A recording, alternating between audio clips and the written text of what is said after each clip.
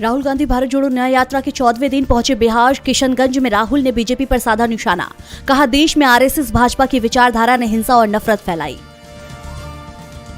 बिहार में राहुल गांधी ने जाति जनगणना का जिक्र कर केंद्र पर हमला बोला। कहा, देश को चलाने वाले 90 आईएएस अफसरों में सिर्फ 3 ओबीसी। जाति गणना एक क्रांतिकारी कदम है।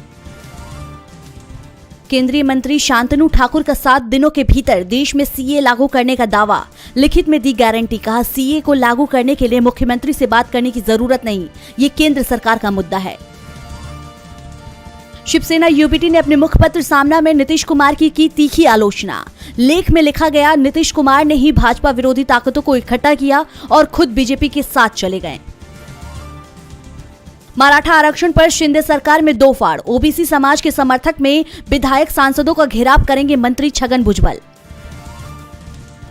दिल्ली में सीएम हेमंत सोरेन के घर पहुंची ईडी। झारखंड में अलर्ट जारी। सीएम हाउस और बीजेपी नेताओं के घर दफ्तर पर फोर्स तैनात। जवानों की छुट्टियां कैंसिल।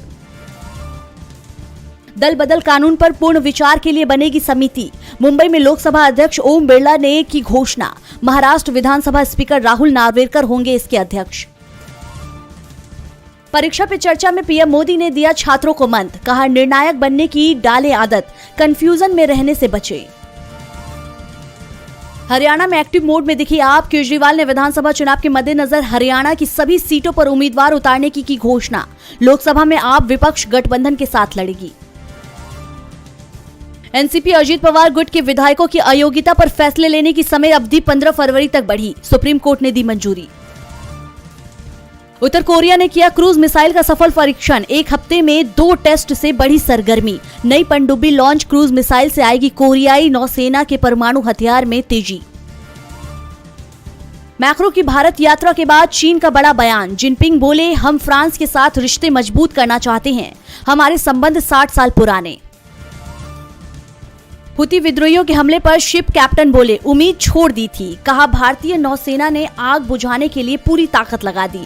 शनिवार को अरब सागर के अदन की खाड़ी में मौजूद जहाज में लगी आग।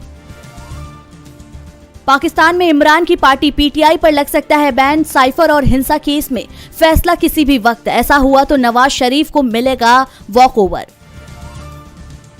भारत चीन के बीच द्विपक्षीय संबंध सुधरने के आसार। करीब 15 महीने बाद भारत में चीन करेगा अपने राजदूत की नियुक्ति। दोनों देशों में सीमा विवाद के चलते अक्टूबर 2022 में लौट गए थे चीनी राजनयिक। बजट सत्र से पहले केंद्र सरकार ने बुलाई सर्वदलीय बैठक। 31 जनवरी से 9 फरवरी के बीच चलेगा इस बार का बजट सत्र। बजट 2024 में सरकार ग्रीन मोबिलिटी और इंफ्रा को दे सकती है प्रोत्साहन। ऑटोमोबाइल कंपनियों को बजट से है उम्मीद। 1 फरवरी को अंतरिम बजट पेश करेगी सरकार। बर्नार्ड अर्नॉल्ट बन गए दुनिया के सबसे अमीर शख्स। अरबपतियों की लिस्ट में एलोन मस्क पहुंचे दूसरे नंबर पर। रिलायंस ग्रुप के चेयरमैन मुकेश अंबानी इस लिस्ट में 11वें स्थान पर। बिग बॉस 17 के विनर रहे मुनव्वर फारूकी, जबकि अभिषेक कुमार बने रनर अप। शो लॉकअप के बाद मुनव्वर ने बिग बॉस की ट्रॉफी भी अपने नाम की। फिल्म फेयर 2024 के रेड कारपेट पर बी टाउन ने जमकर बिखेरा अपना जलवा। रेड साड़ी में करीना कपूर खान ने लूटी महफिल। वहीं आलिया के ऑफ व्हाइट ड्रेस ने खूब बटोरी सुर्खियां। धन्यवाद। आप देख रहे हैं सक्षम समाचार, सच का दर्पण, समाज को अर्पण।